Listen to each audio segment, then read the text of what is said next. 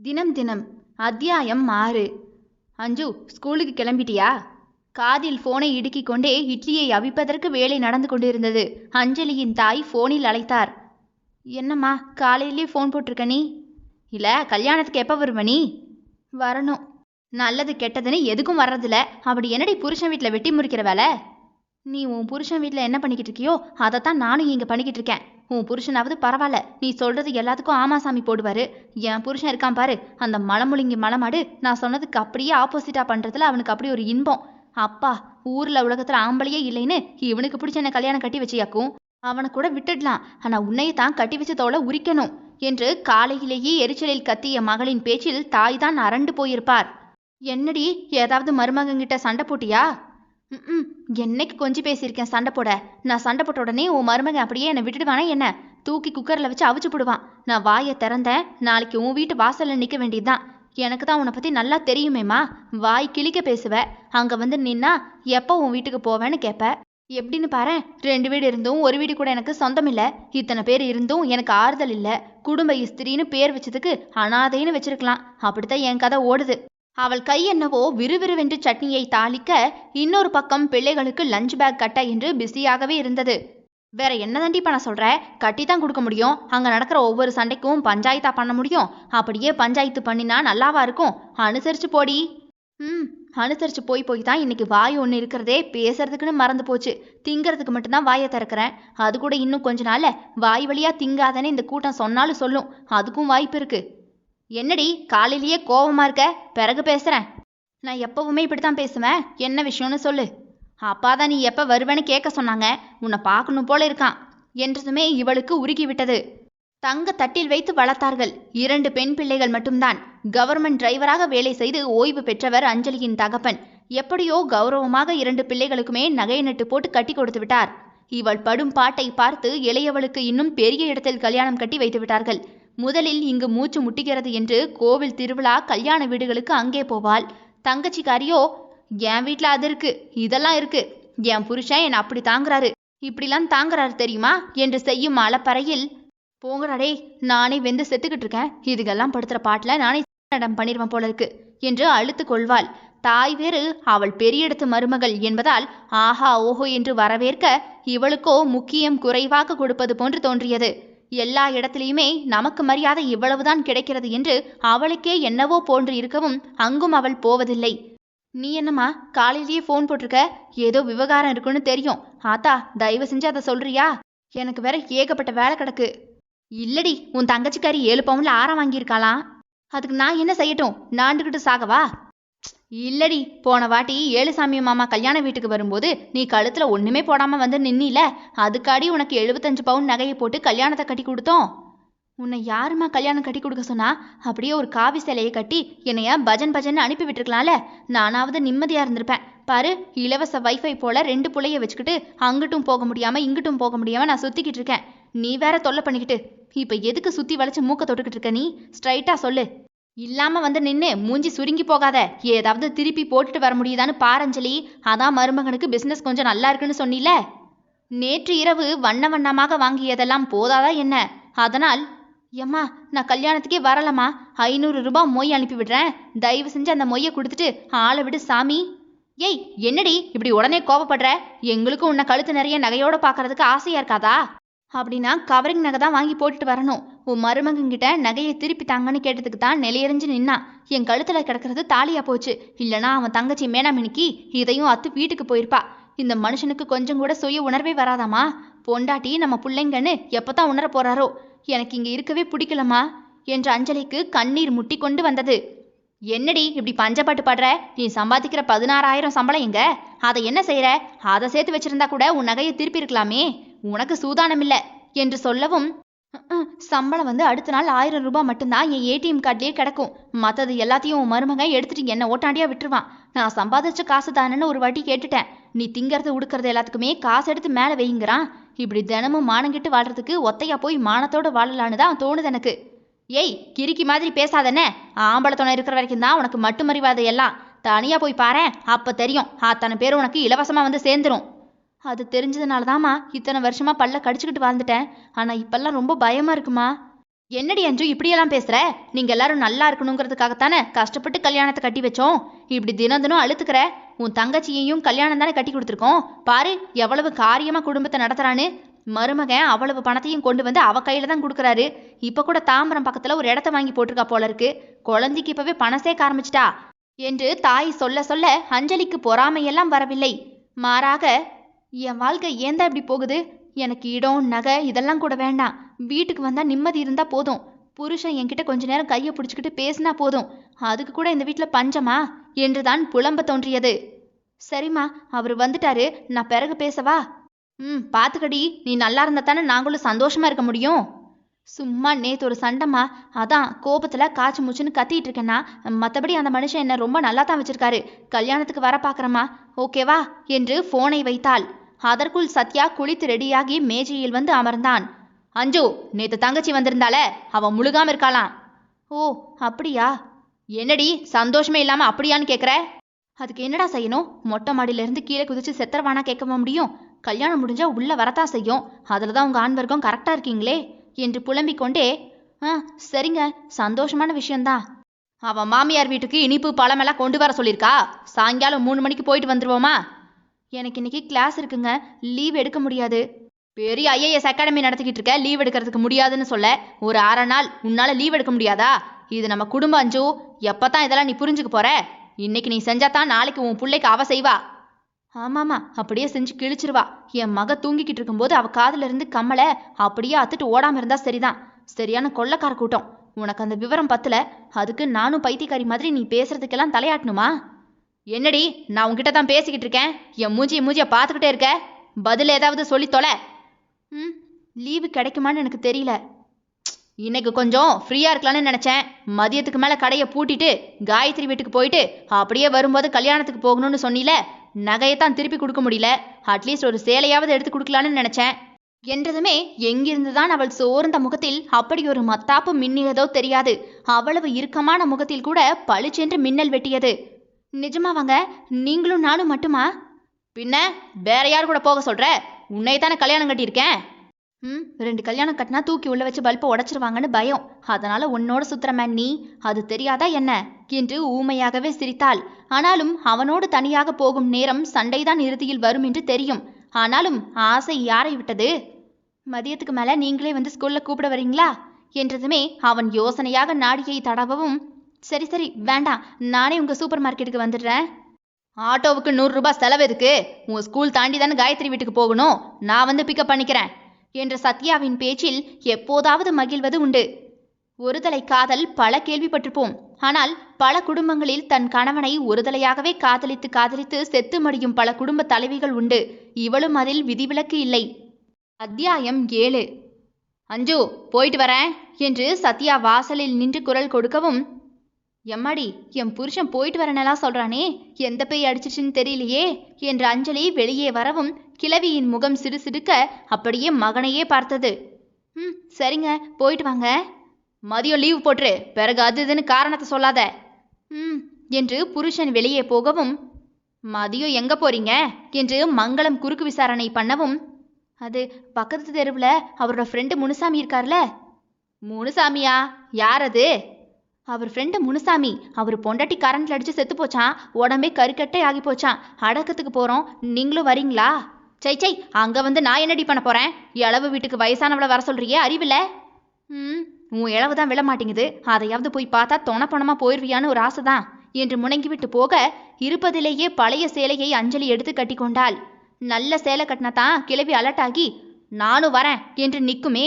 எதற்கு வம்பு என்று கெட்டப்பை மாற்றிய அஞ்சலி ஒரு நல்ல சேலையை எடுத்து பையில் திணித்து கொண்டே கிளம்பிவிட்டாள். சிறு பிள்ளைக்கு மிட்டாய் கொடுப்பது போன்று அவள் முகமெங்கும் மலர்ச்சி. புருஷன் போயிட்டு வரேன்னு சொல்லிட்டு போயிட்டானே, அதோட வெளியே வேற கூட்டிட்டு போறேன்னு சொல்லிட்டானே என்று இவளுக்கு ஏக மகிழ்ச்சி. என்ன அஞ்சலி, இன்னைக்கு ரொம்ப சிரிச்ச மாதிரி சந்தோஷமா இருக்க மாதிரி இருக்கு என்று ஸ்டாஃப் ரூமில் வந்து உட்கார்ந்த அஞ்சலி பக்கத்தில் மோனிகா அமரவும், ஐயோ, இவ கண்லியா வந்து மாட்டணும். நம்ம முகத்துக்கு எதையுமே மறைக்க தெரிய மாட்டேங்குதே. அதுவும் இந்த சந்தோஷம் வந்தா பல்ல காட்டியே காட்டி கொடுத்துடுறேன் என்று வலிந்து வைத்த அஞ்சலியோ, மேல்நாடி பல்லுல பல்வலி மோனி, அதனாலதான் விரிச்சே வச்சிருக்கேன். சிரிச்ச மாதிரியா இருக்கு?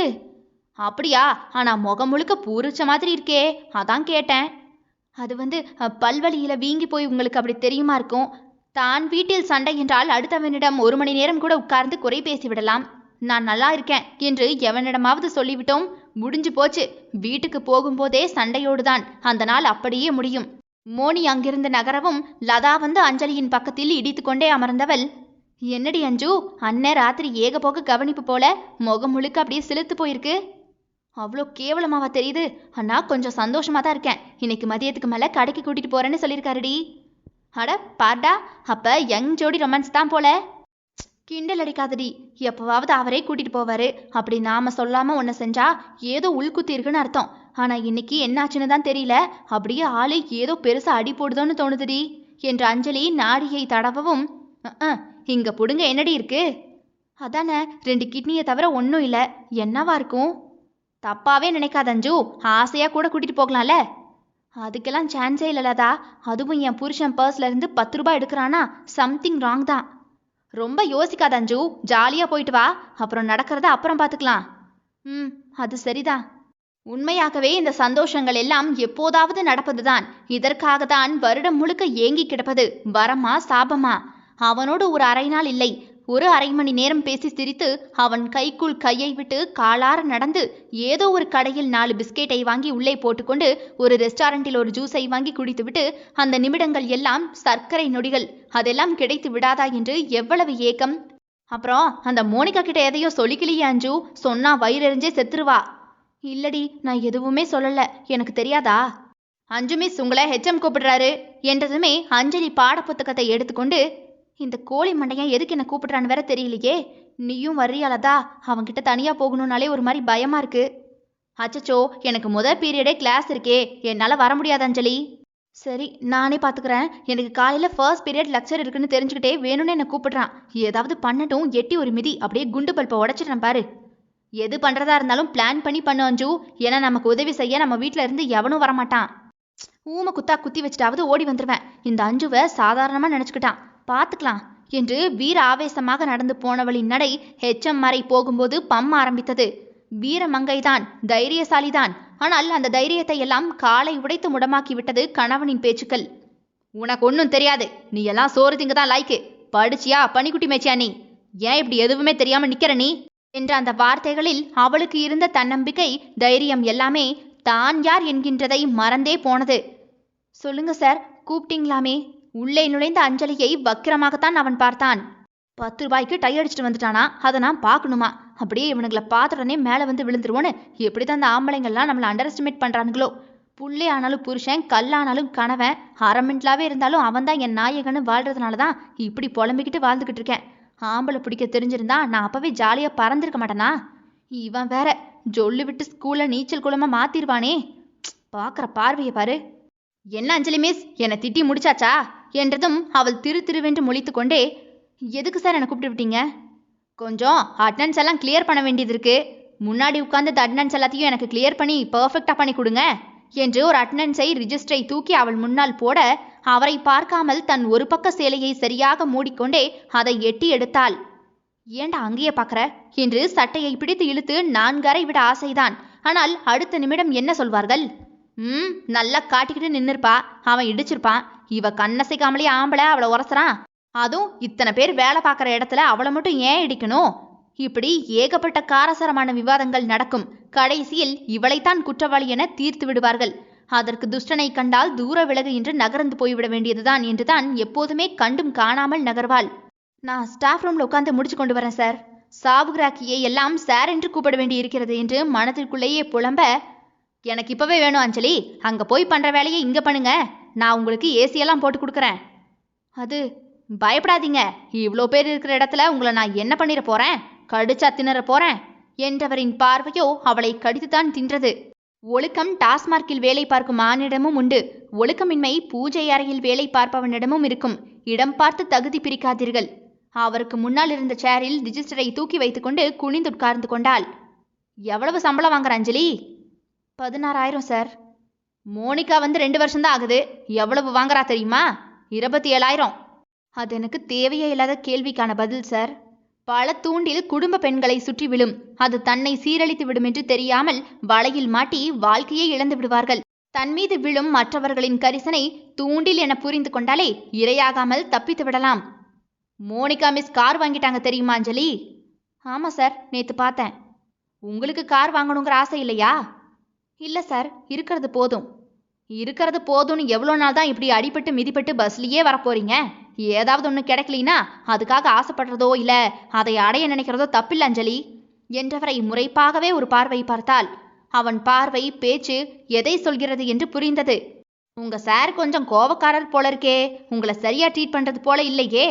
அம்சமா அழகா வேற இருக்கீங்க, உங்க அருமை தெரியல போல. அவர் கோபக்காரர் தான் சார், ஆனா நாக்கு தொங்கு போட்டுக்கிட்டு அடுத்தவன் பொண்டாட்டி கூட போற பொட்ட பொறுக்கி இல்ல. என்னையா பொட்ட பொறுக்கின்னு சொல்றீங்க அஞ்சலி? சேச்சே, சாக போற வயசுல இருக்கீங்க. உங்களுக்கு என்ன மாதிரி 2 பொம்பளை பிள்ளைங்க இருக்கு, பேர புள்ள வேற, சுகர் பிரஷர், அவ்வளோ ஏன் 2 தடவை பாத்ரூம்ல வழுக்கி வேற விழுந்துட்டீங்களாமே. இவ்வளோ பிரச்சனை இருக்கிற உங்களை போய் நான் பொம்பளை பொறுக்கின்னு சொல்ல முடியுமா? இந்த ஸ்கூலுக்கே நீங்க கடவுள் மாதிரி சார். என்னஞ்சலி, உங்க பேச்சுல நக்கல் இருந்த மாதிரி இருக்கே. அதுக்கு ஒன்றும் செய்ய முடியாது சார், என் பேச்சே எப்படித்தான். சரி, சுத்தி வளைச்சு பேச விரும்பலன்னா நான் உங்களை கொஞ்ச நாளா பார்த்துக்கிட்டு இருக்கேன்னு தெரியுமா என்றதுமே எழுதி கொண்டிருந்த அவள் கைகள் ஒரு நிமிடம் நின்று மீண்டும் வேலையை தொடங்கியது. எனக்கு உங்க மேல ஒரு லைக், உங்களுக்கும் உங்க வீட்டில் உங்களுக்கு பிடிச்ச மாதிரி சார் நடந்துக்க மாட்டேங்கிறாருங்கிறது எனக்கு தெரியும். மோனிகா மாதிரி நீயும் அட்ஜஸ்ட் பண்ணி போனா என்றவள் சேரை நகட்டிவிட்டு எழும்பினாள். அவரோ சற்று பயந்து போய் வேர்வையை துடைக்கவும், சொல்லுடா, அட்ஜஸ்ட் பண்ணி போனா என்னை யூஸ் பண்ணிக்குவ, எனக்கு கார் வாங்கி தருவ, வீடு வாங்கி தருவ, அப்படித்தானே? என்னை தொட்டு பாருடா, அப்ப தெரியும் என் புருஷன் யாரு நான் யாருன்னு. நானும் ஒதுங்கி ஒதுங்கி போவேன்னு நினைச்சா ஸ்ட்ரைட்டாவே கேட்குறியா நீ? செருப்பு பிஞ்சிரும் ஜாக்கிரதை. குடும்பத்தில் அடிபட்டு மிதிப்பட்டு அவங்க சொல்றதெல்லாம் கேட்கறதுனால நான் ஒன்றும் கோலை இல்லை. எப்படியாவது அந்த குடும்பத்தை கடைசி வரைக்கும் தக்க வச்சுக்கணுங்கிறதுக்காகத்தான் அந்த ஆசையில தான் அங்கே அமைதியாக கிடக்கிறது. அதுக்காக உன்ன மாதிரி ஈன பிறவைகள் கிட்ட எல்லாம் அவுத்து போட்டுன்னு நிற்பேன்னு நினைச்சு பார்க்காதானே? இந்த 10,000 ரூபாயில நான் ஒன்றும் கோட்டையை கட்ட போறது கிடையாது.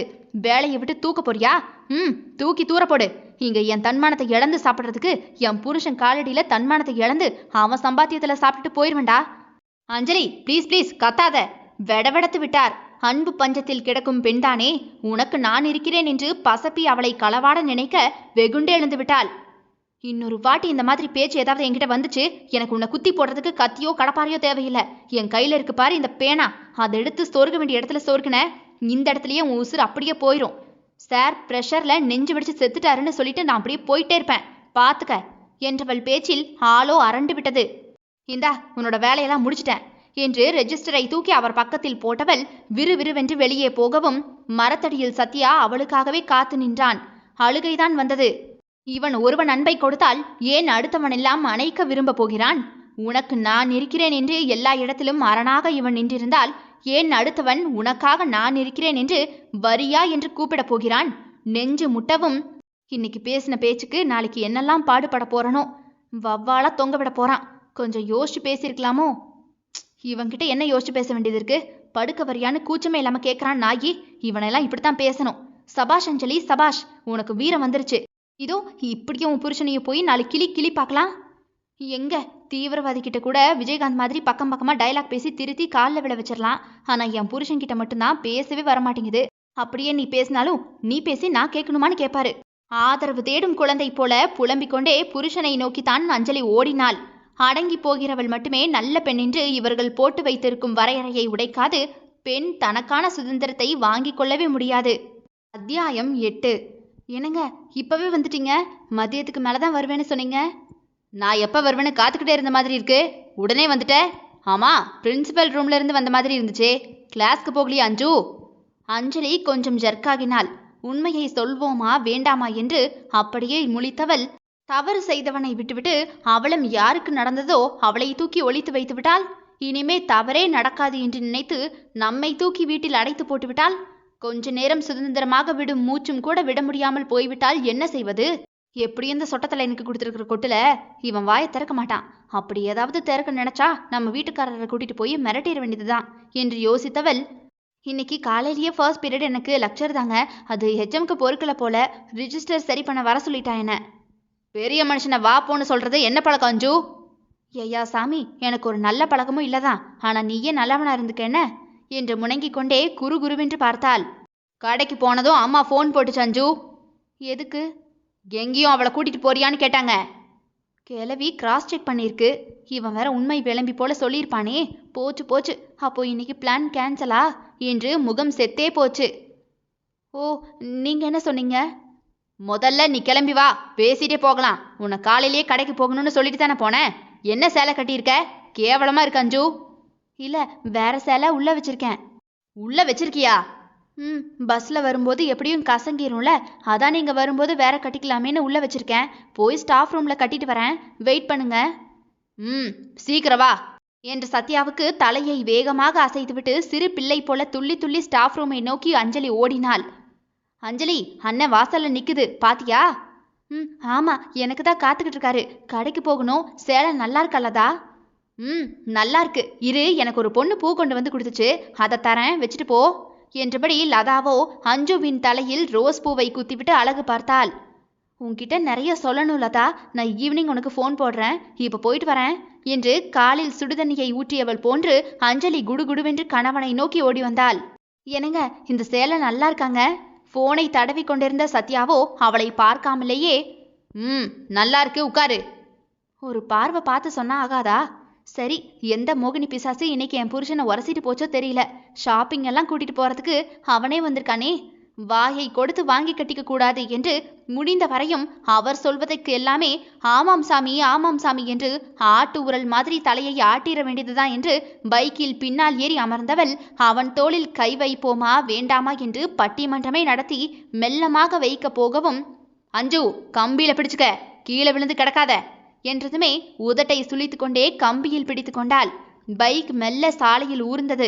அங்கு அழகாய் போகும் பெண்களை கண்ணாடியில் ஒரு பார்வை பார்த்து கொள்வான். அவ்வப்போது தலையை வேறு கோதி கொள்வான். பெண்கள் கடந்து போகும்போது ஒற்றை கையில் பைக்கை ஓட்டுவான். இது எல்லாம் உலக ஆண்கள் நோய். இதற்கு எல்லாம் சண்டை போட்டால் உலக போரே வந்துவிடும். என்னங்க, பின்னாடி ஒருத்தி இருக்கிறத அவள் ஞாபகப்படுத்தவும், என்ன என்று சத்யா திரும்பவும், பா, இது என்ன காதல்? சிறைச்சாலையில் பூக்கும் காதலோ? சிறை வாழ்க்கை என தெரிந்தும் ஏன் இந்த காதல், ரசனை, நேசம் இதெல்லாம் தான் பெண்களை அழித்துவிடும் கருவிகளோ? அவர்களைப் போல உதாசீனப்படுத்த தெரிந்திருந்தால் இவ்வளவு வலி இல்லையோ? புரிகிறதுதான், ஆனால் இதை விட்டு அகல வலி இருந்தும் மனம் ஒத்துக்கொள்வதே இல்லையே. அவள் புருஷன் பேரழகன் இல்லை, ஆனாலும் அவள் நிறையவே ரசித்திருக்கிறாள். அதுவும் இப்படி ஏதாவது அபூர்வ சம்பவங்கள் நடக்கும்போது ரசனை கூடி காதல் ஊற்றெடுத்து அண்டா அண்டாவாக நிறைக்கும் அளவு ஆகி போகும். உங்க அம்மா ஃபோன் போட்டு என்ன கேட்டாங்க? அதுவா, கடைக்கா போறீங்கன்னு கேட்டாங்க. ஓ, நீங்க என்ன சொன்னீங்க? கடைக்கு தான் போறேன், என்னையும் கொஞ்சம் கூட்டிட்டு போப்பான்னு கேட்டாங்களா? அவளை கடைக்கு கூட்டிட்டு போய் ரொம்ப நாள் ஆகுது, நாங்க 2 பேருமா தனியா போயிட்டு வரோம்னு சொன்னேன். இவளுக்கோ நடப்பது கனவா நினைவா என்றே தெரியவில்லை. ஆஹா, சைத்தான் எதுக்கு ஏரோப்ளேன்ல போகுதுன்னு வேற தெரியலையே. சாதாரணமா இவன் நமக்கு முட்டு கொடுக்கவே மாட்டானே குமரேசா. ஒருவேளை இவன் ஒரு பஜ்ஜை வாங்கி தந்துட்டு என் கழுத்துல கிடக்கிற தாலியை வேற அறுத்துட்டு ஓடிடுவானோ? எப்படி ரயில்வே ஸ்டேஷன்ல போகும்போது கல்லர்கள் ஜாக்கிரதைன்னு நம்ம பொருள் எல்லாம் பத்திரமா பாத்துக்கிறோமோ, அதே மாதிரி இந்த புருஷன்மார் கொஞ்சம் சிரிச்சு பேசினா ரொம்ப கவனமா இருக்கணும் சகோதரிகளே. இல்லைன்னா கிட்னிக்கு சங்கம் பொறுப்பேற்காது. என்னடி பேசிக்கிட்டே இருக்கேன், அமைதியா இருக்க? இல்ல, அத்தைய கூட்டிட்டு வந்திருக்கலாம்ல, பாவம் வயசானவங்க. இவளும் கிடைத்த கேப்பில் எல்லாம் கிடா வெட்டவும், அவங்களுக்கு தான் அறிவில்ல, பிள்ளைங்க சந்தோஷமா போயிட்டு வரட்டும்னு நினைக்கவே தோணல. அவங்கள கூட்டிட்டு போனாலும் கால் வலிக்குது கை வலிக்குதுன்னு அங்கங்க உட்காந்துக்குவாங்க. கக்கக்கப்போ, இதெல்லாம் நான் சொன்னா அவங்க என்ன உன் இடுப்புலையா உட்கார போறாங்க? கூட வந்துட்டு போறாங்கன்னு சண்டை போடுவான். இன்னைக்கு என்னெல்லாம் குண்டக்க மண்டக்க பேசி வைக்கிறான். எப்படியும் தாலியை அடகு வைக்க மாட்டான். கையில கிடக்கிற வளையல் அம்மஞ்சலிக்கு உதவாது. என்ன மேட்டரா இருக்கும்? சச்ச, என் புருஷனை ரொம்பவே தப்பா நினைக்க கூடாது. அப்பப்ப லவ் மூடு அவனுக்கும் வரும். நம்புவோம் என்று தன் நெஞ்சிலேயே தடவி கொண்டாள். நீங்களும் வாங்கல, செலக்ட் பண்ணி கொடுங்க.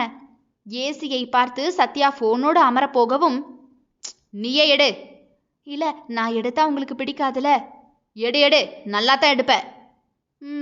அஞ்சலி கடைக்குள் நின்றாலும் அவ்வப்போது புருஷனை பார்த்து கொள்வாள். சொந்த புருஷன் கூட சுத்துறதே கள்ள புருஷன் கூட சுத்துற போலதான் இருக்கு. எத்தனை வயசானாலும் இவனுங்க மேல இருக்கிற கிறுக்கு தெளியவே செய்யாது போல. அதான் வந்து பருன்னு நிக்கிறானுங்க. அங்கு இளம் ஜோடிகள் இடித்துக்கொண்டே சேலை எடுத்துக்கொண்டே நிற்க இவள் பெருமூச்சு விட்டபடியே அந்த இடத்தை விட்டு நகர்ந்தாள். சத்யா ஒன்றும் குறைந்தவனில்லை. திருமணம் முடிந்த புதிதில் புது துடைப்பம் பரசி அடிக்கும் என்பது போன்று இவளை இடித்துக்கொண்டேதான் திரிவான். விளைவு 40 நாளில் பிள்ளை உண்டானதுதான் பரிசு. சில மாதங்கள் தான் அவனின் கவனிப்பு. அதற்கு பிறகு மகன் எங்கே மருமகள் பக்கம் சாய்ந்து விடுவானோ என்று பயந்து போய் மங்களம் மங்களம் பாட ஆரம்பித்து விட்டது. பணத்தை பார்த்து செலவே செய்ய தெரியல அவளுக்கு. சத்யா, நீயே வச்சு செலவு செய்யன, நான் சொல்றத சொல்லிட்டேன். அவளுக்கு என்ன தெரியும் சத்யா, நீ சின்ன புள்ள, அவ சொல்றதுக்கெல்லாம் தலையாட்டாத, அப்புறம் ஊம்பாடு. அடிக்கடி அவங்க அம்மா வீட்டுக்கு அனுப்பிவிட்டா உனக்கு மரியாதை இருக்காது சத்யா, அப்புறம் உன் இஷ்டம். மாமியாரின் டிக்ஷனரி வார்த்தைகள் இவைகள் எல்லாம். அதையும் மூளையை பேரிச்சம்பழத்துக்கு போட்ட கோஷ்டி கேட்டு தொலையும். எங்க அம்மாவுக்கு என்ன ஆசை, நீயும் நானும் சண்டை போடணும்னு? எங்க அம்மா எவ்வளவு கஷ்டப்பட்டு எங்களெல்லாம் கரை சேர்த்தாங்க தெரியுமா? எங்க அம்மாவுக்கு நானா உயிர் தெரியுமா என்று தாய் மேல் ஆணை ரீதியில் நிற்பான். போப்பா, உன் அம்மாவையே தூக்கி வச்சு ஆடு போ என்று ஒதுங்கிக் கொள்வதை தவிர வேறு வழி இல்லை. சொந்த வீட்டில் விருந்தாளி போன்ற ஒரு வாழ்க்கை. வீடு உனக்கு தான், ஆனா வீட்டில் உள்ள எதுவும் உனக்கு சொந்தமில்ல. இது உன் புருஷன்தான், ஆனா பாரு உனக்கு தரமாட்டேன் என்று பாக பிரிவினை நடத்தி பிரித்தாலும் கொள்கை நடக்கிறது. அம்மாவுக்கு இந்த சேலை எடுத்தேங்க, பில் போடவா? அம்மாவுக்கா? பெட்ரா இடம், கலர் மங்களா இருக்கு. உங்க அம்மாவுக்கு இல்லைங்க, எங்க அம்மாவுக்கு. ஊருக்கு போறேன்ல, அதான் ஏதாவது எடுத்துட்டு போகலாம்னு. அவங்களுக்கு என்ன காசா பணமா இல்ல? நீ எடுத்துட்டு போய் தான் நிறையணுமா அஞ்சு? புது பழக்கம் பழக்கி விடாத என்று அவன் குரல் உயரவும் சுற்றி இருந்தவர்கள் முன்பாக அவமானப்பட முடியாமல், வேண்டாம் வேண்டாம், நான் எடுக்கலைங்க, கத்தாதீங்க. இவன் தாய் நொந்து பெத்தா, என் தாய் சிப்ஸ் தின்னுட்டு இருக்கும்போது சிரிச்சுக்கிட்டே பெத்து போட்ட மாதிரி வஞ்சனை பிடிச்சு பேசுறானே என்று செய்யென்று இருந்தது அவளுக்கு. எவ்வளவு பணம் இருந்தாலும் பிள்ளைகள் கொடுக்கும் அந்த குட்டி பரிசு என் மகள் நல்லா இருக்கிறாள் என்ற சந்தோஷத்தை பெண் பிள்ளைகளை பெற்ற தாய் தந்தையருக்கு கொடுக்கும் என்று ஏன் இவனுக்கு இன்று வரை புரியவே இல்லை. தாய்க்கு எடுத்த சேலையை ஆசையாக தடவி பார்த்தாள். அஞ்சு, உனக்கு எடுத்துட்டியா?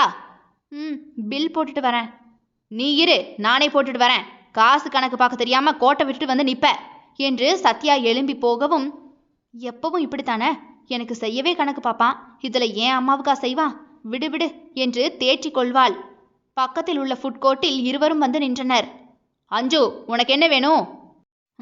எப்படியும் நான் வேணுங்கிறத கேட்கறதெல்லாம் வாங்கி தரமாட்டான். நானும் இவனுக்கு பிடிச்சதா கேட்க மாட்டேன். எதுக்கு வம்பு? உங்களுக்கு பிடிச்சதையே வாங்கிட்டு வாங்கல. சுட சுட பருத்தி பாலும் பஜ்ஜியும் வந்தது. கிறக்க முடிச்சவன், காம்பினேஷனை பாருங்கய்யா பாருங்க என்று சலித்து கொண்டே அவளும் அதை வாங்கி மருந்து போன்று குடிக்க ஆரம்பித்தாள். அப்புறம் அஞ்சு, உன்கிட்ட ஒரு விஷயம் பேசணுமே. இந்தா பீடிக்க போட்டுட்டான்ல, போச்சு போச்சு, என்ன வரப்போகுதோ தெரியலையே என்று அஞ்சு புருஷன் முகத்தை பீதியாக பார்க்கவும், கொஞ்சம் பணம் தேவைப்படுது. இவள் குட்டி நெஞ்சோ டமால் டமால் என்று வெடித்தது. தெரியும் தெரியும், இதையெல்லாம் பழக்கப்பட்டதுதான். ஆனால் ஒவ்வொரு முறையும் ஏமாறும்போது வலி, அது வேறு டிபார்ட்மெண்ட் என்று சொல்லிக்கொள்ளத்தான் முடிந்தது. என்கிட்ட பணம் இல்லைங்க. உன்கிட்ட இல்லைன்னே எனக்கு தெரியாதா என்ன? உங்க அப்பாவுக்கு இப்போ ஏதோ பென்ஷன் மொத்தமா வந்துச்சாமே, கொஞ்சம் கடனா 1 லட்சம் வாங்கி தரியா அஞ்சு? வட்டி கூட கொடுத்துடலாம். நேத்து தானே 1 லட்சம் இருக்குன்னு சொன்னீங்க. அது பத்தாது. அவ்வளோ பணம் எதுக்குங்க? அது எதுக்கு உனக்கு? நான் கேட்கக்கூடாதா? உங்க தங்கச்சிக்கு கொடுக்கத்தானே. என் பணத்தை பிச்சு தின்னாத்தான் உங்க அம்மாவும் தங்கச்சியும் சிரிப்பாங்க போல. அஞ்சு, அமைதியா பேசு. அமைதியாவா? 1 லட்சம் எதுக்குன்னு சொல்லுங்க. எதுக்கா இருந்தா என்ன? எனக்காக வாங்கி தர மாட்டியா? என்கிட்ட இருந்தா நான் ஏன் உன்கிட்ட கேட்க போறேன்? ஆஃப்டர் ஆல் என்கிட்ட வந்து கேட்கறதுக்கு என்ன தேவைன்னு தான் கேட்டேங்க. தெரியும், நேத்த வாட்டிக்கிட்டு இங்க வரும்போதே என் ரத்தத்தை குடிச்சிட்டு போவத்தான் வரான்னு. உங்களுக்கும் குடும்பம் இருக்கு, பொண்ணு இருக்கு, பையன் இருக்கான். அவளும் நம்ம குடும்பம் தான் அஞ்சு. அவ என் குடும்பம் இல்லைங்க, இல்ல. நீங்க, நான், என் பிள்ளைங்க, இதுதான் என் குடும்பம். என்ன நினைச்சாலும் நினைச்சுக்கோங்க. என் அப்பா கிட்ட போய் காசெல்லாம் என்னால கேட்க முடியாது. ஏற்கனவே அங்க எனக்கு மரியாதை சந்தி சிரிக்குது, இதுல இது வேறையா? நீங்க கட்டின இந்த தாலியை வேணும்னா கலட்டி தரவா? கிளம்பு போகலாம். எனக்கு ஒன்றும் பிரச்சனை இல்லை, நான் 5 ரூபாய் பாசி வாங்கி போட்டுக்கிறேங்க. உன்னை கிளம்புன்னு சொன்னேன், எலும்பு. உங்க தங்கச்சி நல்லா இருந்தா போதுங்க, கலட்டி தரேன், கொண்டு போங்களேன். சை, உன்னை கட்டி தாண்டி நான் இப்படி 5க்கும் 10க்கும் தரித்திரமா நிக்கிறேன். ஒரு புருஷனுக்கு உதவாத நீ எல்லாம் பொம்பளையா? அப்படி என்னடி என் குடும்பம் மேல உனக்கு வன்மோ? நீயும் ஒரு பொம்பளை பிள்ளைய வச்சிருக்க தானே, அதை மனசுல வச்சுக்கிட்டு பேசு என்று விட்டு சத்யா வேகமாக நடக்கவும் இவளுக்கு உடலும் அசைய மறுத்தது, மனமும் கூட அசைய மறுத்தது. அஞ்சு, வா, வேலை இருக்கு. வந்தா வா, இல்லைன்னா ஆட்டோவை பிடிச்சு வீட்டுக்கு போ. நம்ம பொண்டாட்டின்னு வந்து உங்ககிட்ட கேட்டேன் பாரு, என்னை செருப்பால் அடிக்கணும் என்று சத்யா பைக்கை கிக் பண்ணி காத்திருக்க அஞ்சலி வந்து பின்னால் ஏறினாள். ஆனால் மனமோ எதிர்த்து பேசினதுக்கு பதிலுக்கு பதில் ரிவெஞ்ச் வேற எடுப்பானே கடவுளே என்று ஓலமிட்டது. அது அவளுக்கு மட்டுமே தெரியும். விட்டு கொடுத்து போவதுதான் குடும்ப வாழ்க்கை, வாஸ்தவம்தான். ஆனால் ஒருத்தர் மட்டுமே விட்டு கொடுத்து கொண்டே இருப்பது நரக வாழ்க்கையே. அத்தியாயம் 9. ஒரு சப்பி மிட்டாய்க்கு ஆசைப்பட்டு சாவு போயிட்டே அஞ்சு. பைக்கில் ஏறி அமர்ந்த அஞ்சலிக்கு அப்படியே இருதயமெல்லாம் கொதிக்க ஆரம்பித்தது. முதலிலெல்லாம் உட்கார்ந்து ஒவ்வொன்றுக்கும் அழுவாள். அவள் அழுகைக்கு மதிப்பே இல்லை. அவள் கூக்குரலுக்கு பதில் இல்லை. அவள் கேவலுக்கு கேவலமான பார்வைகள் தான் வந்தது. பாத்தியா, உனக்கு சமாதானமே இல்லாம ஆக்கிட்டேன் என்று மாமியாரும் நாத்தனாரும் அவளை கேவலமான ஒரு பார்வை பார்க்கவும், என்ன நடந்தாலும் பரவாயில்லடா, அழுதா பாத்துருவோம், அந்த குட்டி சந்தோஷத்தை கூட அவங்களுக்கு கொடுக்க கூடாது என்பதற்காகவே என்ன நடந்தாலும் சரிதான் என்று தன் மனதிற்குள்ளாக ஏதாவது ஒரு கமெண்டை கொடுத்து அவளை அவளே தட்டி கொடுத்து கொள்வாள். அது கூட இல்லை என்றால் இன்று அவள் உயிரோடு இருக்கவே முடியாது. இவளை பற்றி அவள் கணவனுக்கு தெரியுமா தெரியாது. ஆனால் அவனை பற்றி அவளுக்கு நன்றாகவே தெரியும். இவ்வளவு அமைதியாக இருக்கிறான் என்றால் ஊமையாக இருந்து ஏதோ ஒன்றை பெரிதாக ஆப்போடு வைக்கப் போகிறான் என்பது மட்டும் உறுதி. கடவுளே, அதையும் தாங்கிக்கிற இதயத்தை கொடு என்றுதான் யோசிக்க பழகி கொண்டாள் அஞ்சலி. சரியாக சனியன் சகுடை வந்து போனில் ஆஜராகினான். பள்ளியிலிருந்து போன் வந்தது. உங்க மகன் ஒருத்தனை அடிச்சு மூக்க உடைச்சிட்டான் சார், ஹாஸ்பிட்டலுக்கு தூக்கிட்டு போறோம், வந்து என்ன ஏதுன்னு ஹெட்மாஸ்டர் பாருங்க சார் என்று போன் வரவும் இவன் திரும்பி தன் மனைவியை ஒரு பார்வை பார்த்தான். அப்படியே புலியை கரைத்து விட்டது அஞ்சலிக்கு. என்னங்க, தம்பி அப்படியெல்லாம் பண்ற ஆள் இல்லைங்க, அவசரப்பட்டுறாதீங்க, எங்க கோவப்படாதீங்க. உன் புள்ளதானடி, அவன் பண்ணியிருப்பான், திமிர் பிடிச்ச நாய். இப்பவே தகப்பன் என்ன சொன்னாலும் நீ என்ன சொல்றது நான் என்ன கேட்கறதுன்னு அப்படியே உன்ன போலவே வளர்ந்து வச்சிருக்கான்ல. இதுவும் பண்ணியிருப்பான், இன்னமும் பண்ணியிருப்பான் நாய். இப்பவே ரவுடித்தனம் பண்ணுதுல, இதெல்லாம் எங்க உருப்பட போகுது? ஐயோ கடவுளே, நான் பேசிய பேச்சுக்கு என் புள்ள பலியாடா போகுதே என்று அஞ்சலிக்கு பதறியது. அவள் வேலை பார்க்கும் இடத்தில்தான் பிள்ளைகளும் படிக்கிறார்கள். சார், என்ன பிரச்சனை என்று HMஇன் அறைக்குள் சத்யா உள்ளே நுழைந்தான். அவன் கொடுத்த மரியாதையிலேயே அஞ்சலி அவனிடம் உண்மைகளை சொல்லவே இல்லை என்று தெரிந்துவிட திமிராக ஒரு பார்வை அஞ்சலியை பார்த்தவன், இதொன்னும் முதல் தடவை கிடையாது சார், பல தடவை அஞ்சலி மிஸ்கிட்ட உங்க மகனோட நடவடிக்கை எதுவும் சரியில்லைன்னு நான் சொல்லியிருக்கேன், சொன்னனா இல்லையான்னு கேளுங்களேன் என்றதுமே சத்யா முறைத்த மேனிக்கே தன் மனைவியை திரும்பி பார்க்க அவள் தன் தலையை குனிந்து கொண்டாள். போச்சு, அம்புட்டு பக்கிகளும் ஒன்னா சேர்ந்துருச்சு. இனிமே நமக்கு பால் ஊத்துறத யாராலையும் தடுக்க முடியாது. உசுறு இருந்தா எனக்கு, இல்லைன்னா கடவுளுக்கு. அப்போது கூட சிரிக்க முடியும் என்றால் அவளை மாதிரி ஒரு தைரியசாலி இந்த உலகத்தில் உண்டோ? கமிஷனர் மகன் கையை பிடிச்சி உடைச்சிருக்கான் சார், கேட்டா வாயவே திறக்க மாட்டேங்கிறான். அந்த பையன் சொல்றான் இவன் பேக்குக்குள்ள சிகரெட்டை மறைச்சு வச்சிருக்கான்னு. என் புள்ள அப்படியெல்லாம் பண்ண மாட்டான் சார், தேவையில்லாம என் புள்ளைய குறை பேசாதீங்க என்று அஞ்சலியோ வெகுண்டு எழுந்து விட்டாள். நீ சும்மா இரு அஞ்சலி, அவங்க பேசிட்டு இருக்காங்கல்ல, இடையில எதுக்கு பேசுற நீ? உன் மகன் செஞ்சிருப்பாண்டி. ஏங்க, நீங்களே நம்ம புள்ளைய விட்டு கொடுத்தா எப்படிங்க? உங்களுக்கு சிலதெல்லாம் புரியாதுங்க.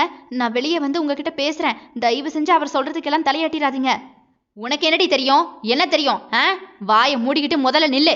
ஆம்பளைங்க பேசுற இடத்துல உனக்கு என்னடி பேச்சு? அஞ்சலி அப்படியே ஒதுங்கி நின்று கொண்டாள். HMஓ அஞ்சலியை புழு போல ஒரு பார்வை பார்த்தான். இந்த மனுஷனுக்கு தான் நீ இவ்வளோ உண்மையா இருக்கியோ என்பது போன்று அவன் பார்வை அவளை இளப்பமாகவே நோக்கியது. அங்கு சட்டை கிழிந்தபடியே விஷ்ணு அழைத்து வரப்பட்டான். சிகரெட் வச்சிருந்திருக்கான், அதை கேட்டதுக்கு நான் என்னமோ செய்வேன், உனக்கு என்னடான்னு வார்த்தை தர்க்கம் ஆகியிருக்கு. 2 பேரும் அடிபிடி போட்டிருக்காங்க. இவன் கோபத்துல அவனை பிடிச்சி அடிச்சிருக்கான். இது ஒன்றும் முதல் தடவை கிடையாது சார், பல தடவை இப்படி மூர்க்கத்தனமா ஒவ்வொருத்தரையும் அடிக்கிறான். அஞ்சலி மிஸ் இங்க வேலை பார்க்கறதுனால தான் என்ன செய்யறதுன்னு உங்க மகனை அட்ஜஸ்ட் பண்ணி போக வேண்டியது இருக்கு. இதுவே தொடர்ந்துச்சுன்னா இனி சரி வராது. அஞ்சலி மிஸ் கிட்ட சொன்னா நான் பாத்துக்கிறேன், ப்ளீஸ் சார் அவர்கிட்ட சொல்லிடாதீங்கன்னு அழாத குறையா கெஞ்சுறாங்க. ஆனா உங்க மகன் சொல் பேச்சு கேட்கறதாவே இல்லை, படிப்புலையும் சுமார்தான், ஒழுக்கத்துல சுத்தம் என்றதுமே அத்தனை பேரும் முன்னால் வைத்து தன் மகனை சப்பென்று சத்யா அறைய ஆரம்பித்து விடவும், அப்பா என்று அவன் ஏதோ பேசுவதற்கு வாய் எடுக்க அவன் உச்சி முடியை பிடித்து ஆட்டிய சத்யாவோ, அம்மாவுக்கும் மகனுக்கும் கொழுப்பெடுத்து திரிறீங்களாடா, திங்கிறது தூங்குறதெல்லாம் ஏன் பணத்துல, ஆனா கொழுப்பு மட்டும் தொண்டை வரைக்கும் உங்க 2 பேருக்கும் அடைச்சு போய் கிடக்குது. இல்ல இந்த ஸ்கூல்ல ஃபீஸ் கட்ட நான் எவ்வளவு கஷ்டப்படுறேன்னு உங்களுக்கு தெரியுமாடா? உங்களையெல்லாம் வளர்க்கறதுக்கு நான் எவ்வளவு பாடுபடுறேன்னு தெரியுமாடா? ஆனா இதெல்லாம் உங்களுக்கு தெரியாது. ஆனா உங்களை ஒன்று சொன்னது உங்களுக்கு அப்படியே பொத்துக்கிட்டு வந்துருதுல. இந்த வயசுல உனக்கு என்னடா அடிப்படி சண்டை போட வேண்டிய வேலை இருக்கு? வந்தோமா, படிச்சோமா, பாஸ் பண்ணோமான்னு இல்லாம ரவுடித்தனம் பண்றியோ ரவுடித்தனம்? பொத்து பொத்தென்று பிள்ளையை அடிக்க ஆரம்பிக்க அஞ்சலியோ இதற்கு மேல் நிற்க முடியாமல் ஓடி வந்து தன் கணவனை தள்ளி விட்டுவிட்டு பிள்ளையை மறைத்தார் போன்று நின்று கொண்டவள், அவன் என்ன சொல்றான்னு தான் கேளுங்களேன், ஏன் இப்படி பிள்ளைய போட்டு இத்தனை பேர் முன்னாடியே அவமானப்படுத்துறீங்க? அவமானப்படுத்துறனா? நானும் அவமானப்படுத்துறேன், அவன் தாண்டி அவமானப்படுத்துறான். தகப்பன் பிள்ளைய தண்டிக்க கூட கூடாதா? டேய், நீ பண்றது தப்புன்னு சொல்லக்கூட கூடாதா? வீட்டில் போய் கேளுங்கன்னு தான் சொல்றேன். சரி சார், கோபப்படாதீங்க, இன்னொரு தடவை இப்படி நடந்தா பார்த்துக்கலாம், வீட்டுக்கு கூட்டிட்டு போங்க என்று பிள்ளையையும் கிள்ளி விட்டுவிட்டு தொட்டிலையும் மாட்ட பார்த்தார். எப்படியும் இன்று நடந்த விஷயத்தை அஞ்சலி ஏதாவது ஒன்றை செய்வாள். அதற்கு முன் அவளை குற்றப்படுத்தி விட வேண்டும். அவள் சொல்வது எல்லாமே பொய். தன் மீது வஞ்சம் வைத்து இப்படியெல்லாம் பேசுகிறாள் என்று அவள் பக்கமே திசை திருப்ப பிளான் செய்து அவள் மகனை மாட்டிவிட்டு விட்டார். எங்கோ வைத்த கன்னி வெடியில் அஞ்சலியின் மகன் வந்து மாட்டிக்கொண்டான். ரொம்ப நன்றி சார், இந்த ஒரு வாட்டியும் எனக்காக மன்னிப்பு கொடுங்க. இனிமே இந்த மாதிரி அவன் செய்ய மாட்டான். சரி சார். சத்யா சாரை பத்தி எங்களுக்கு தெரியாதா என்ன? எல்லாத்துலேயும் பர்ஃபெக்டா இருப்பீங்களே. அதோட அஞ்சலி மிஸ் சொல்லவே வேண்டாம். என்ன கொஞ்சம் பிள்ளைங்க மேல அதிக பாசம்தான். பாசம் வைக்கிறது தப்பில்லை. சத்யா சார், நாளைக்கு அதுவே பிள்ளைங்க எதிர்காலத்தை கெடுத்துடக்கூடாது பாருங்களேன். கொஞ்சம் பிள்ளைங்களை கண்டிச்சு வைங்க. அப்படியே பிள்ளைங்களுக்கு அதிகமாக செல்லம் கொடுக்க கூடாதுன்னு மேடம் கிட்டேயும் சொல்லிருங்க சார். சரி சார், பார்த்துக்கோங்க. இந்த பிரச்சனையை நான் பார்த்துக்கிறேன். உங்களுக்காக இது கூட பண்ண மாட்டேனா என்ன என்ற பிரின்சிபலை நன்றியோடே பார்த்தான் சத்யா.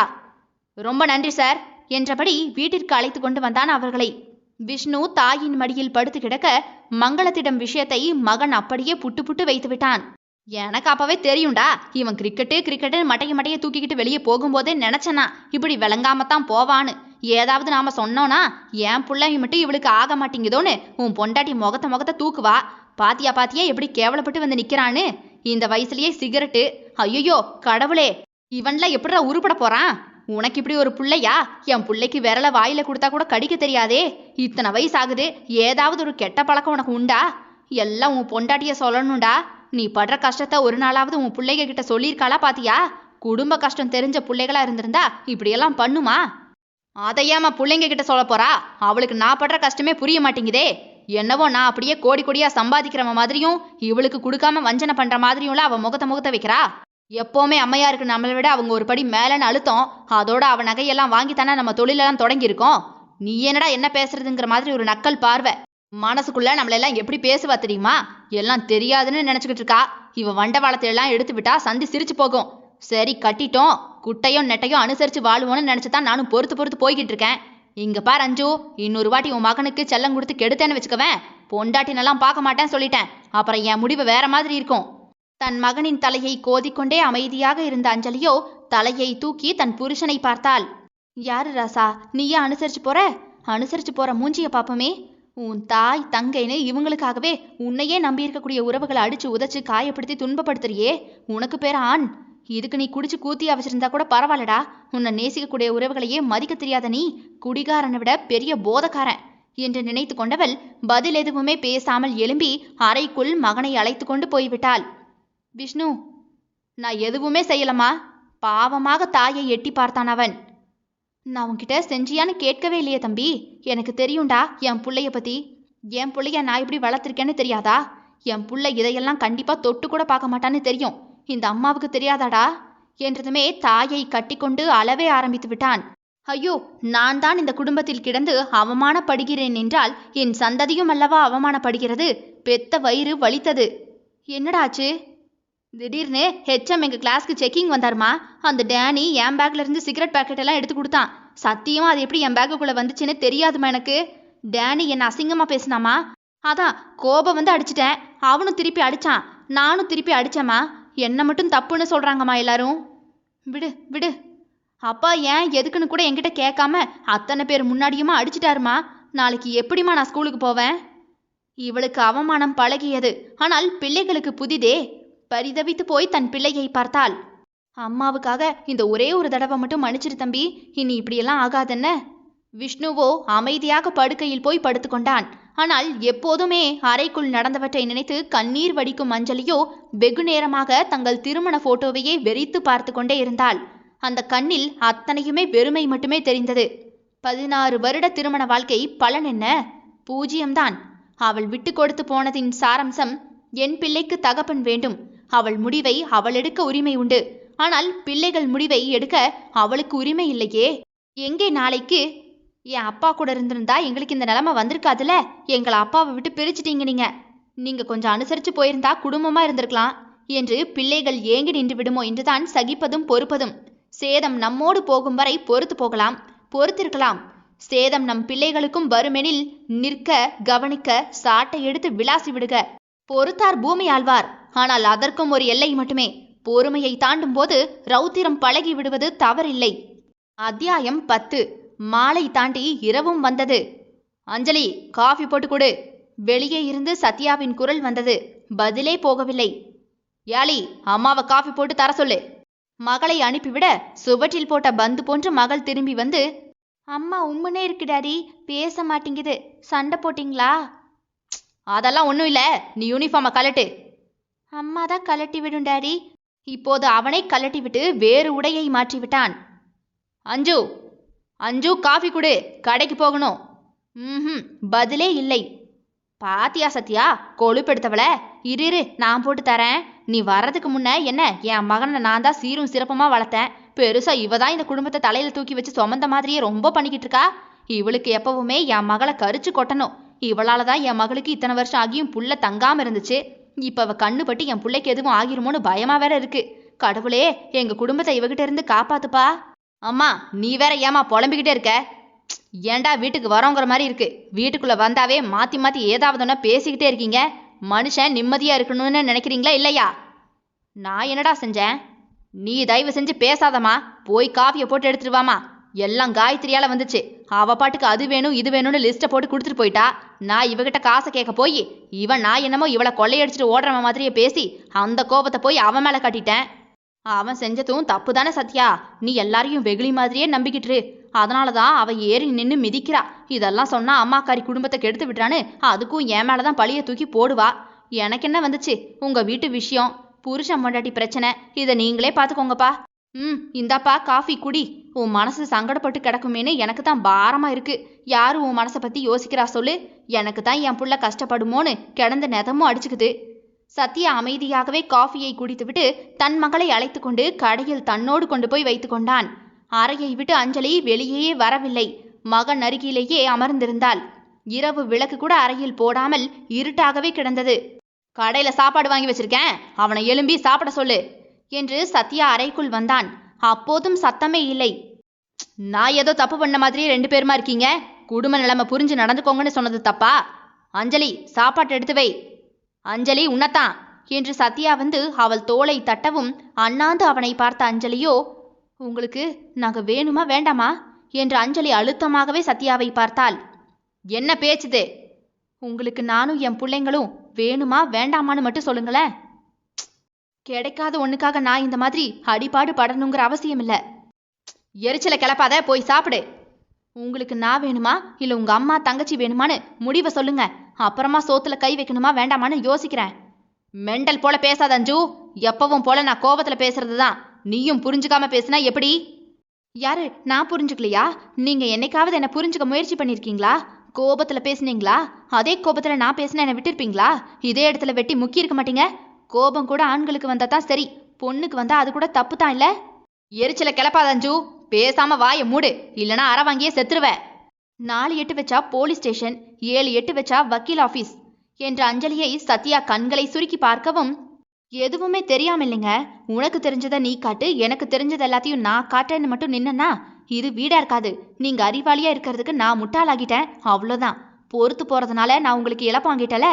புள்ள என்ன செஞ்சுட்டான்னு கூட உங்களுக்கு கேட்கறதுக்கு மனசு வரல. என் பிள்ளைய மாட்ட போல அடிக்கிறீங்க. அந்த பொம்பளை என்னவோ என் பிள்ளைய தீவிரவாதி போல பேசுது. ஏய் அஞ்சு, என்னடி பொம்பளை அதுன்னு பேசுற? அப்படித்தான் சொல்லுவேன். கெட்ட வார்த்தை போட்டு பழக்கம் இல்ல, இல்லனா அதையும் சொல்லிடுவேன். வரதட்சணை குடும்பப்படுத்துறீங்கன்னு கேஸ உங்க அம்மா மேலதான் கொடுப்பேன். கொடுக்கவா? நாத்தனார் கொடுமைன்னு உங்க தங்கச்சி மேலதான் 2வது கம்ப்ளைண்ட்டை கொடுப்பேன். கொடுக்கவா? அஞ்சு, கத்தாதீங்க சும்மா. நீங்க கேட்டது கிடைக்கலன்னு உடனே உங்களுக்கு கோபம் வருதோ? நான் நினைச்ச எதுவுமே இத்தனை வருஷத்துல கிடைச்சதே இல்ல. அப்போ எனக்கு எவ்வளவு கோபம் தேங்கி கிடக்கும்? ஆட்டை கடிச்சு மாட்டை கடிச்சு இதோ என்ன கொண்டுட்டு சிரிச்சிங்க. இப்போ என் பிள்ளைங்க, அதுக்கு நான் விட மாட்டேன். இப்ப என்னங்க உங்களுக்கு வேணும்? பணமா? அப்ப நீங்களே எல்லான்னு வாழ்ந்த நான் என்ன செய்யணுங்க? எதுக்கு இப்ப ஓவர் ரியாக்ட் பண்ற அஞ்சு? கடனா தானே கேட்டேன். இது ஓவர் ரியாக்ட் இல்லைங்க. என் நம்பிக்கை உடைஞ்சு போய் நிக்கிறேன். பயமா இருக்குங்க. இதுக்கா நான் உங்ககிட்ட பேச்சையும் ஏச்சையும் வாங்கி கூட்டு புலவ வாழ்ந்தேன்னு பயமா இருக்கு. இப்ப என்ன செய்ய சொல்ற? உங்களுக்கு நாங்க வேணும்னா சொல்லுங்க, இங்க இருக்கேன். இல்லைனா எங்க போக போறீங்க மேடம் என்றவனின் பேச்சில் அதீத நக்கல் இருந்தது. எங்கே போய்விடுவாள் இவள் என்று தெரிந்துதானே தினம் தினம் பாடாய் படுத்தி எடுக்கிறார்கள். எங்கேயும் போகிறதுக்கு வழி இல்லதான், ஆனா உங்களை நிம்மதியே இல்லாம ஆக்குறதுக்கு வழி உண்டுங்க சார். என்ன சாக போறியா? நான் செத்தனா சும்மா சாக மாட்டேன் சார். என் சாவுக்கு நீங்களும் உங்க அம்மா தங்கச்சியும் தான் காரணம்னு வீடியோவை எடுத்து கமிஷனர் ஆபீஸ்க்கு அனுப்பி விட்டுட்டு தான் சாவேன். அறை வாசலில் மறைந்து நின்று காதை வைத்து கேட்டுக்கொண்டே நின்ற மங்களம் ஆத்தாடி என்று நெஞ்சில் கை வைக்கவும், கிறுக்கி என்னடி பேச்சுது? வாழ்ற வீட்டுல சாவு அது இதுன்னு. நான் பேசல, நீங்க பேச வைக்கிறீங்க. இன்னைக்கு பேசலைன்னா சரி வராதுன்னு தான் நான் பேசுறேன். பிளாக்மெயில் பண்றியா? என்னை வாழ விடாத நீங்க ஒருத்தருமே வாழக்கூடாதுங்கிற அளவு பட்டுட்டேன்னா. சும்மா பேசுறான்னு நினைக்காதீங்க. இத்தனை வருஷ வேதனை உள்ள கடந்து அழுத்துது. சொன்னதை கண்டிப்பா செஞ்சிருவேன். எரிமலை எப்போதும் அமைதியாகத்தான் இருக்கும். எப்போது வெடிக்கும், எப்படி வெடிக்கும் என்பது யாருக்குமே தெரியாது. அப்படியே பெண்ணும். நான் கேட்ட கேள்விக்கு இன்னும் பதில் வரலைங்க. நாங்க வேணுமா வேண்டாமா? சொல்லாம கொள்ளாம கழுத்து அறுக்கிறது ஒரு மெத்தட். இப்படி இதுதான் நம்ம குடும்பம், நாம தான் செய்யணுங்கிற மாதிரி சொல்லி சொல்லி கழுத்து அறுக்கிறது இன்னொரு மெத்தட். சரி சரி விடு. கோபத்துல ஏதோ தெரியாம பேசிட்டேன். நீ வேணுங்கிறதுனால தானே விட்டு கொடுத்து போறேன். தப்பு செஞ்சது நாம 2 பேரும் தானே. நீயும் அப்படி பேசியிருக்க கூடாது, நானும் அப்படி பேசியிருக்க கூடாது. போதுமா? கொஞ்சம் சாப்பாட்டை எடுத்து வை. என்னடி வா. நான் இன்னைக்கு அவனை அப்படி பேசுறேன்? எப்பவுமே பேசத்தானே செய்யறேன். அம்மா வயசானவங்க, தங்கச்சி அடுத்த வீட்டுக்கு வாழ போனவ. அவங்க கிட்டலாம் என் கோபத்தை காட்ட முடியுமா? எனக்கானவ நீதானடி, உங்ககிட்ட தானே காட்ட முடியும். பழமாக பேசி பிட்டை போட்டு விட்டான். என் அம்மா வயசானவங்க, என் தங்கச்சி வேற வீட்டுக்கு வாழ போனவனா? அப்படின்னா உங்க வீட்டுக்கு வாழ வந்த நான் யாரு? எனக்கு என்ன மதிப்பு நீங்க கொடுத்தீங்க? என் புள்ள செஞ்சது தப்பா சரியானு கூட கேட்க முடியாத அளவுக்கு உங்களுக்கு கோபம் வருதோ? இப்ப ஃபைனலா நான் என்ன தாண்டி பண்ணணுங்கிற? பிசினஸ் டென்ஷன் அது ஒரு பக்கம், அம்மா தங்கச்சின்னு ஒரு பக்கம், நீயும் பிள்ளைங்களும் ஒரு பக்கம். எதெல்லாம் தாங்கிறதுனா? பாரு, டென்ஷன் தாங்காம ஒரு நாள் சாவ போறேன் பாரு. உங்களுக்கு முன்னாடி நான் செத்துருவேங்க. நல்லா கேட்டுக்கோங்க. இனிமே உங்க அம்மாவுக்கு என்னால எதுவும் செய்ய முடியாது. அவங்க என்னடி செஞ்சாங்க? நாம செய்யாம யார் செய்வா? ஏன் என் அம்மா அப்பா 2 பிள்ளைய பெத்து கட்டி கொடுத்துட்டு சும்மா இருக்கல? இவங்க மட்டும் நொந்து போய் பெத்தவங்க. அவங்க என்ன நேரப்போக்குக்கு பெத்தாங்களோ? அப்பா இருந்தா நான் ஏண்டி அவங்களுக்கு அனுசரிச்சு போக போறேன்? தனியா நிக்கிறாங்க அஞ்சு, புரிஞ்சுக்கோ. உங்களுக்கு சொன்னாலும் புரியாதுங்க, பட்டாலும் தெரியாது. இது எல்லாத்துக்கும் காரணம் அந்த பொம்பளை தான். அஞ்சு, அவ்வளோதான் லிமிட்டு. வாய மூடு. அஞ்சு பஞ்செல்லாம் 1/2 மணி நேரத்துக்கு முன்னாடி வர உங்க அம்மாவுக்கு என்னால ஒன்றும் செய்ய முடியாது. முடியாதுன்னா முடியாதுதான். உங்க தங்கச்சிக்கு சீர் செய்யணும்னா உங்க அம்மா பேர்ல ஒரு இடம் இருக்குல்ல, அதை வித்து கொடுக்க சொல்லுங்க. என் புருஷன் சம்பாத்தியத்துல 1 ரூபா உங்க தங்கச்சிக்கு போக கூடாது சொல்லிட்டேன். பொம்பளை புள்ளைய பெத்து வச்சிருக்கேன்னா நான் என்ன இழிச்சுவாயா? என்ன கொடுமைக்காரினே சொல்லிட்டு போங்களேன். அப்படி இல்லைனா வயசானவங்களுக்கு மரியாதை கொடுக்க தெரியாதவளாவே இருந்துட்டு போறேனா? எல்லா அவ பெயருமே நான் வாங்கிக்கிறேன். நீங்களும் வேணும்னா இன்னும் 4 பட்ட பெயரை கொடுத்துக்கோங்க. ஆனா இனிமே நான் யாருக்கும் வளைஞ்சு போக மாட்டேன். இதுக்கெல்லாம் சம்மதம்னு சொன்னா மட்டும் நான் இந்த வீட்டுல உங்களுக்கு பொண்டாட்டியா, உங்க பிள்ளைங்களுக்கு தாயா இருக்கேன். இல்லைன்னா ஆளை விடுங்க சாமி. நானும் என் பிள்ளைங்களும் எங்கேயாவது போயிடுறோம். நீங்க எனக்கு ஜீவனாம்சம் கூட தர வேண்டாங்க. என்னை நிம்மதியா இருக்க விட்டா அது போதும். அம்மா சண்டை போடாதீங்கம்மா என்று விஷ்ணு எழும்பி வந்து தாயின் அருகில் அமரவும், இதோ இதுக்கு தாண்டா நம்மளால நம்ம பிள்ளைங்க சமாதானம் போயிடக்கூடாது, நம்மால குடும்பத்தோட நிம்மதி போயிடக்கூடாது, நாம் அழுதாலும் எல்லாரும் சேர்ந்து அழுதுறக்கூடாதுன்னு தான் பல்ல கடிச்சுக்கிட்டு நாங்கெல்லாம் வாழ பழகிக்கிறோம்டா. ஆனா எங்களோட தியாகம் இவங்க கண்ணுக்கு தெரியலனாலும் பரவாயில்ல, எங்களோட தவிப்பு வலி உங்களுக்கெல்லாம் புரியலனாலும் பரவாயில்ல. ஆனா மறுபடியும் காயப்படுத்தாம இருக்கலாம் தானே? எவ்வளோ பேசுறாரு. பேசிட்டு ஒண்ணுமே நடக்காதது போல சரண்டர் வேற ஆகுறாரு பாத்தியா? எனக்கு ஒரு முடிவு தெரிஞ்சாக்கணும். இருக்கவா போகவான்னு கேட்டு சொல்லுடா. அஞ்சலி கண்ணீரை துடைத்து கொண்டே இருக்கவும் சத்யா அமைதியாகவே அவளை பார்த்தவன், சரி சரி இனி ஒன்னும் சொல்ல மாட்டேன், வா. இப்ப கூட இவ போனா மானம் போயிரும்னு தானே மழுப்புறீங்க? இதுக்கு மேல என்ன செய்யணும்னு நினைக்கிற அஞ்சு? நீ கால விழணுமா? அம்மா பசிக்குது என்று மகள் வேறு ராகம் இழுக்கவும், பசி என்றதுமே மூவரின் பின்னால் போவது அவள் முறையானது. இவர்களை புலி என்று நினைத்து நேருக்கு நேர் போராடவும் முடியவில்லை, எலி என்று சாதாரணமாக விடவும் முடியவில்லை. சண்டைக்கு வருவான் என்று பார்த்தால் சரண்டராகி காலில் விழுந்து விட்டான். தொடரும். இதனுடைய அடுத்தடுத்த அத்தியாயங்கள் நாளை இரவு 7 மணிக்கு வந்துடும். கேட்க தவறாதீர்கள் மக்களே. தினம் தினம் விடை பெறுகிறேன். நான் உங்கள் ஆர்ஜே தியா.